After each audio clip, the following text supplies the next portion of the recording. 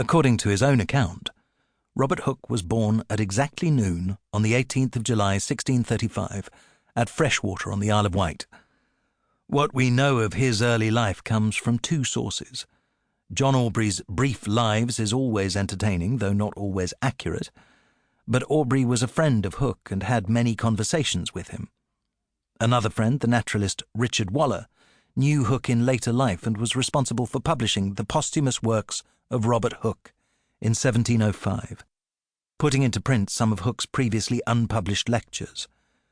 Waller's introduction to that book drew, he tells us, on an autobiographical memoir that Hooke started to write but never finished, and which is now lost.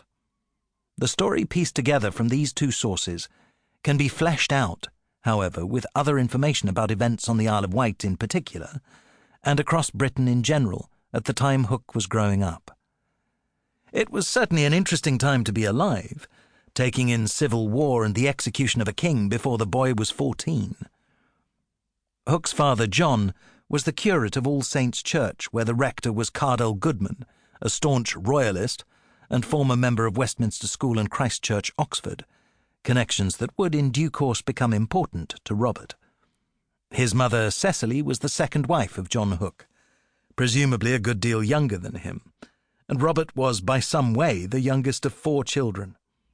He had 2 sisters, the younger of whom was 7 years older than him, and a brother, John Jr., born in 1630. Robert was a sickly baby who was christened the day after his birth, probably because he was not expected to live. But he survived to become a sickly child. He was too delicate to be sent away to school in Newport, like his brother, but was educated at home by his father. Although plagued by recurrent headaches and other ailments, this left him plenty of time to wander the southwest corner of the island, gradually becoming stronger, and to follow his own interests, which leaned towards practical activities, such as making working models. These demonstrated a rare skill at an early age.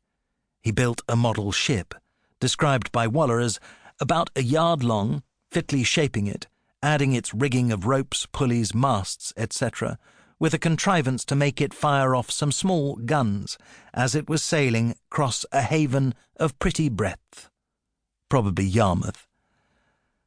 When he saw a brass clock that had been taken to pieces for repairs, he copied the components in wood and put them together to make a clock, which worked tolerably well.